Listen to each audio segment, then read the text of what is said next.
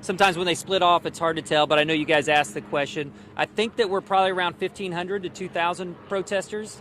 A pretty large group went for a march a little while ago. That remained peaceful. So far, everything has been peaceful, and I don't think we've made any arrests. I don't really have anything to update other than everything has stayed peaceful. We're status quo, and everything looks really good.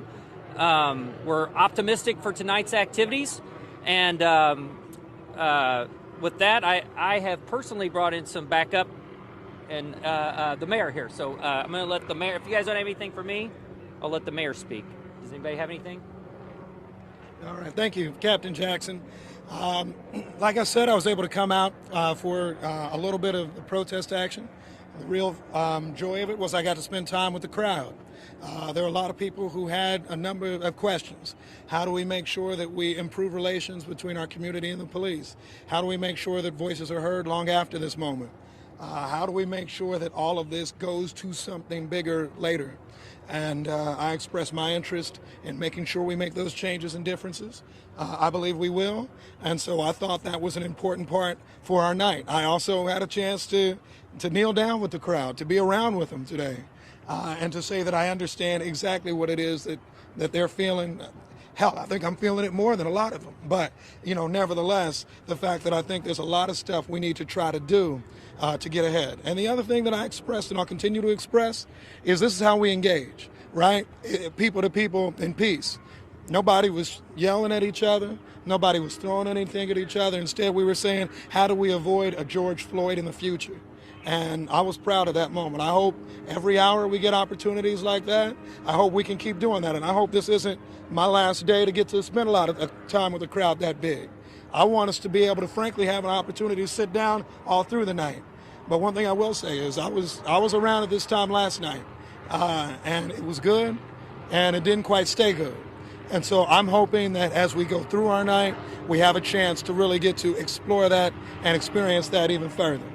Any questions for you? We've seen a lot of people walking by with milk jugs. One of them told me that they don't have any plans to leave at 8 o'clock, and they brought the milk jugs because they expect to get tear gassed. What do you say to those people? I don't know anything about who's getting gas, what things will be required, all that sort of stuff. All I know is this: if we stay here with a peaceful protest, we're going to be all right, right? Everybody, right? If our protesters are the folks who are trying to be heard, make sure that they're heard, and they do it peacefully, we're going to be all right. If the officers stand where they are, right, and everybody's actually respecting each other, we'll be good. Where things start to break loose is when there's somebody out there who's trying to act up, who's trying to act a fool. Like I said yesterday, right? Everybody I can see right now, we got a decent number of people here too, are people that I know are here because they care. They want to see change in their community. They want to see action. They want to see something different. They don't give a damn about breaking a window at a cupcake store, right? Nobody's here for that. Everybody's here to actually get their voice heard. And so if we just do that, then we'll be in an outstanding place, and we can be here talking, experiencing, peaceful, without all that drama. In the short term, after these protests, do you feel like there's something that can be done in the short term to respond to some of these frustrations? So am I going to fix racism tomorrow? I'd love to, but I won't. But look, what can we do in the short term? We can vote, right? There's an election in Kansas City on Tuesday, actually, right? Tuesday. We don't even have to wait that long, right? So you can actually go out and vote. You may say, what's even being voted on? Don't worry about it. Just go. Right? The thing I always tell people, in some neighborhoods of Kansas City, everybody votes. I know this. I just ran for mayor. Somehow I won. I've been wondering about that choice for the last 10 months. But nevertheless, I'm joking. Nevertheless, right? They get a lot of attention because everybody in that neighborhood votes. Everybody goes out there. Everybody's engaged. There are other neighborhoods in the city where that doesn't happen. And so therefore, voices get ignored. Voices get looked over. That's the sort of thing I think makes a huge difference for us. So that's going to be one thing. Next thing I'm going to do tomorrow is make sure I actually listen to some of the messages I heard. They said, what can you do to show that there's more accountability, right? Everybody talks about local control, this or that of the police. I'm more about accountability. How can I say that on Wednesday I can follow up and ask the chief about what happened on Saturday, right? That's what we need to do more of, and that's something that I can do. There seems to be a disconnect between different communities in this area. Some people are more mad about the destruction that happens in the plaza, and some people obviously are more excited about some of the police brutality, those up in Minnesota. What do you think to that, about what kind of bridging the gap to these communities? So people are always going to see things different ways.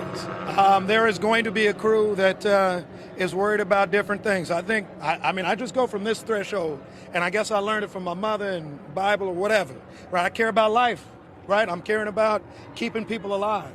I'm caring about people being able to live each day in this city and not being afraid of getting shot by anybody, actually, right? So I think that's what I care about the most. I don't think it makes any sense to go break a window at a restaurant somewhere that has nothing to do with anything. But you know what? I mean, I'm in pain, and I'm sad about what I saw in that video out of Minneapolis. I'm sad that it happens in other places, and that's what we need to try to resolve to stop. And I think the way we resolve to stop it is having the conversations I was just having over there. The way you resolve to stop it is not by creating a sort of situation where, frankly, we're spending time talking about what happened the night before, right? That ain't getting us nowhere, right? Instead, I want to talk about, who's walking where in Westport right now. I want to talk about how we're making people safer in our community.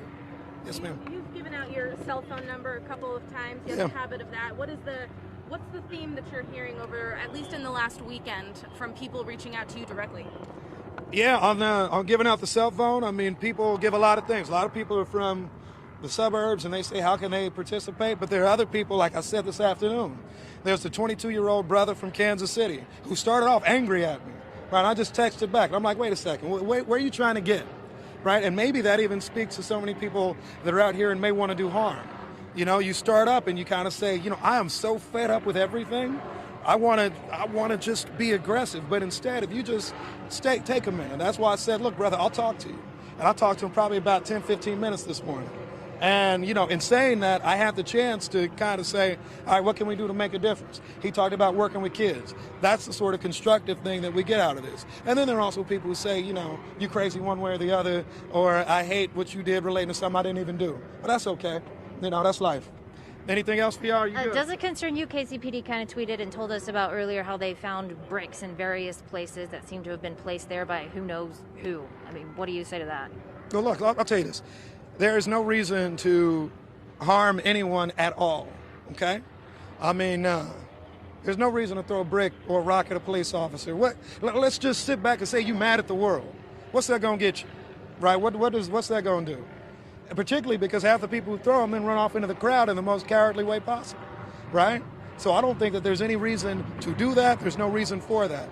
Right now, we have a chance to communicate about how to make our community better. No matter what your voice is, you can talk to me. I'm here, right? If you want to make a change in your city, show up, talk.